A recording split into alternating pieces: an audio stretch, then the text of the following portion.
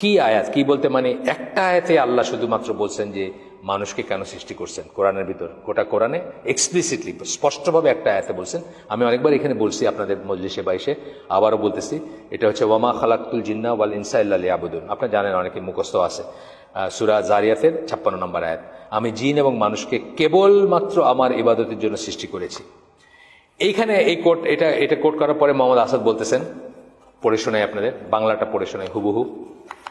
যদি আমাদের জীবনের চূড়ান্ত উদ্দেশ্য আল্লাহর ইবাদতই হয়ে থাকে, এই এই এই আয়াত কিন্তু বলতেছে আমাদের জীবনের চূড়ান্ত উদ্দেশ্য হচ্ছে আল্লাহর ইবাদত।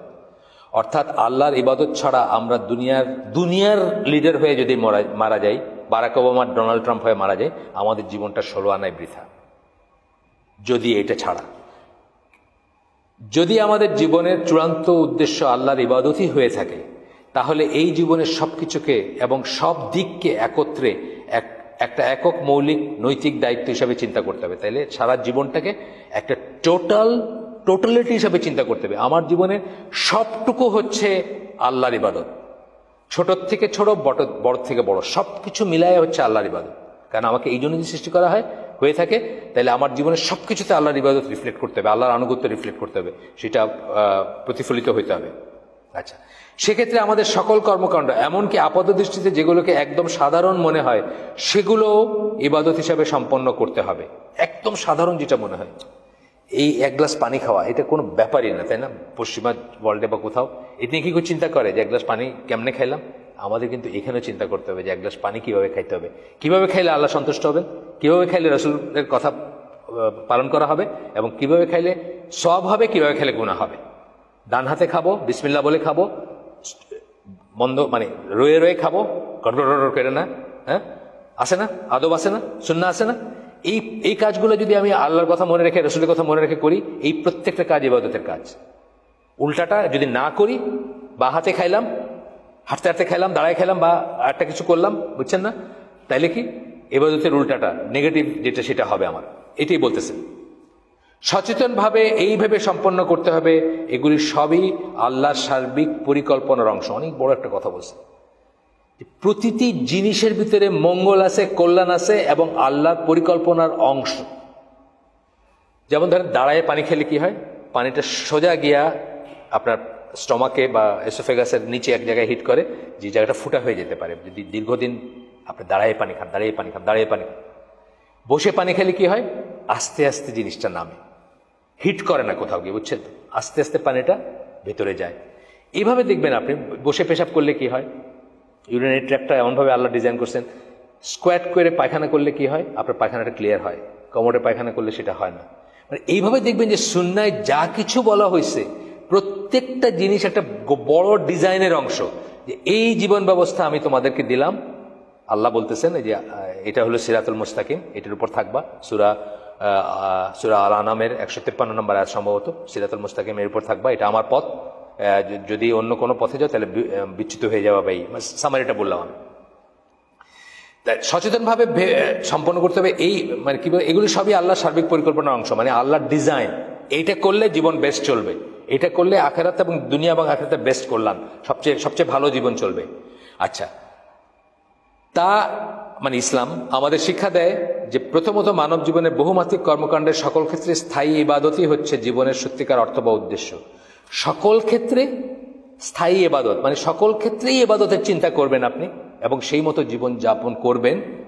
এটা হচ্ছে সত্যিকার অর্থ এবং উদ্দেশ্য। আপনার জীবনের অর্থ সেটা, উদ্দেশ্য সেটা, সকল ক্ষেত্রে, ছোট থেকে ছোট, বড় থেকে বড়। আপনাদের বলছি কিনা আমি জানি না, ডেভেলপমেন্ট একটা কথা বলি না আমরা, উন্নয়ন বলি, তাই না? উন্নয়ন বলি না একটা কথা, ডেভেলপমেন্ট। সবাই খুব, সারা দুনিয়াতে দেখবেন এই কথাটা খালি আসতেছে, ডেভেলপমেন্ট। আচ্ছা, একজন লেখকের কথা বলতেছে, আমরা কোনোদিন আল্লাহ তৌফিক দিলে আমরা এখানে এটা পড়বো। উনি বলতেছেন যে ইসলামের গোল আর ভ্যালুজ, দুইটা কথা বলছেন। গোল মানে কি? উদ্দেশ্য। ভ্যালুজ মানে কি? মূল্যবোধ। এই দুইটার বিরুদ্ধে গিয়ে দুনিয়ার যে কোনো মানে উন্নয়নই হোক, সেটা উন্নয়ন না, সেটা কাউন্টার ডেভেলপমেন্ট, মানে উন্নয়নের উল্টাটা, অর্থাৎ অবমূল্যায়ন বা অবদমন, বা কি বলবো, অবমূল্যায়ন বলবো, অবদমন না, সরি, অবদমন কথাটা ঠিক না, এটা হইলো কিছু দমানো, এটা মুখে চলে আসছে ভুলে। অবমূল্যায়ন বা সেটা কাউন্টার ডেভেলপমেন্টের উল্টাটা।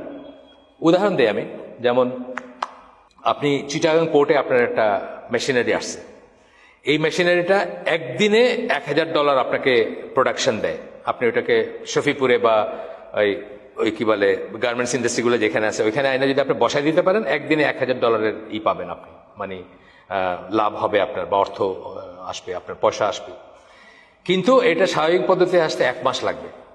তাইলে কি আপনার $30,000 লস হচ্ছে, মানে লস ঠিক না, ইনকাম করতে পারতেছেন না, যেহেতু এটা স্বাভাবিক পদ্ধতিতে এই কাস্টমসের কাগজপত্র এগুলো মানে পার হয়ে আসতে 1 মাস সময় লেগে যায়।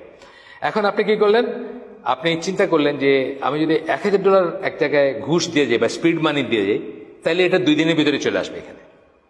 তাইলে আপনি $1000 করলেন, 2 দিনের ভিতর 28 দিন আগে চলে আসলো এখানে। আপনার হিসাবে কি মিলতেছে যে ওইখানে $1000 ঘুষ দিলে আপনার $28,000 আপনি এক্সট্রা ইনকাম করতে পারবেন। পশ্চিমা সভ্যতা বা পশ্চিমা মূল্যবোধ বলবে যে ক্ষেত্র বিশেষে দেওয়া যেতে পারে, এটা প্রোডাক্টিভ কারাপশন এটা ঠিকই, কিন্তু এটা প্রোডাক্টিভ, মানে এটা আপনার দেয় কি বলে আপনার উৎপাদন করে উন্নতি করে, যেটা এটা দেখে কিন্তু পশ্চিমা সভ্যতা বা পশ্চিমা মূল্যবোধ যাদের আছে তারা বলবে যে না ঠিক আছে, আপনি একদিনের জন্য এটা করতে পারেন, আপনি তো আর করাপ্ট না, আপনি তো আর নিজে তো আর আপনি কি বলে দুর্নীতিগ্রস্ত না, কিন্তু আপনি এই স্পিড মানিটা দিলেন, স্পিড মানি বলে, ঘুষ বলবে না, এটা দিলে আপনি 28,000 টাকার প্রোডাকশন করবেন, যে দেশের উন্নতি হবে, দশের উন্নতি হবে, আপনার নিজের উন্নতি হবে, এটা ঠিক আছে। ইসলাম $28,000 না, $28,000 না, $28,000,000 লাভ হইলে আপনাকে এটা পারমিটেড বলবে না যে আপনার ঘুষ দিবেন, আপনাকে $28,000,000 হইলেও বলবে না। ইসলামের জন্য এটা কাউন্টার ডেভেলপমেন্ট, এটা সুদূর প্রসারী ইফেক্ট আছে, এটা সমাজ নষ্ট করবে, সংসার নষ্ট করবে, মানুষ নষ্ট করবে, অ্যান্ড অন আছে। এগুলো বললে অনেক বলার কথা, আজকের সাবজেক্ট আমাদের ওইটা না। তো ইসলামের গোল কি, আল্লাহর জমিনে আল্লাহর কথা সর্বোচ্চ হবে, অর্থাৎ আল্লাহর কথা আল্লাহর জমিনে সবচেয়ে বেশি মূল্যবান হবে এবং সেই মতো করে মানুষ চলবে, এটা হচ্ছে গোল। এটা 1000 বছর, 5000 বছর, 10,000 বছর পরে হইতে পারে, কিন্তু আপনি ওই লক্ষ্য সামনে নিয়ে চলবেন। ওইটার বিপরীতে যেটা যায়, আমরা জানি যে ঘুষ যদি আপনি চালু করেন কি সমাজটা নষ্ট হয়ে যাবে, মানুষ পয়সাকে গড মনে করতে শুরু করবে। এটা দিয়ে কি আল্লাহর দিন প্রতিষ্ঠিত হবে? কোনোদিন হবে না। এটা যদি আপনি চালু করেন, এটা যদি বাড়তে থাকে, এটার যদি আপনি এক্সাম্পল করেন, তাহলে কি হবে, আপনি আল্লাহর জমিনে আল্লাহর কথা তো রইলই না, আরো উল্টা যত দূরে চলে যাচ্ছে। আর এটা হলো গোলে যাবেন না আপনি। আর ভ্যালুস কি, ঘুষ তো একদম সর্ব অবস্থায় হারাম, এক্সেপ্ট যান বাঁচানোর মতো কোনো জিনিস, বা যেটা আপনি লাভের জন্য করতেছেন না, আপনার বেসিক প্রাপ্য, কিন্তু কেউ আপনাকে ডেপ্রাইভ করতেছে, ওই জায়গায় ঘুষ দিলে দেওয়া যাইতেও পারে। অনেক বলেন, আমি উদাহরণ দিই, যেমন একটা পাসপোর্ট নেবেন আপনি, একটা পাসপোর্টের জন্য কি লাগে, কোনো যোগ্যতার দরকার নেই, আপনি বাংলাদেশের সিটিজেন, বাস এই বাংলাদেশের ফুটপাতে আপনার জন্ম হয়েছে, আপনি একটা পাসপোর্ট পাইতে পারেন। কিন্তু আপনি হজে যাবেন, আপনি পাসপোর্ট অফিসে গেছেন, ধর্ণা দিচ্ছেন, আপনাকে পাসপোর্ট দেয় না, খালি ঘুরায় আর খালি বলে যে এটা না ওটা না, ধরেন কথার কথা, থিওরিটিক্যাল কথা। তখন আপনি যদি ঘুষ দেন, সেই ঘুষটা জায়েজ হইতেও পারে, কারণ আপনি কোনো লাভের জন্য দেন নাই, আপনার প্রাপ্য জিনিস তবু আপনাকে দিচ্ছে না, সেটা পাওয়ার জন্য বা কোনো একটা ইমার্জেন্সি সিচুয়েশনে দিচ্ছেন।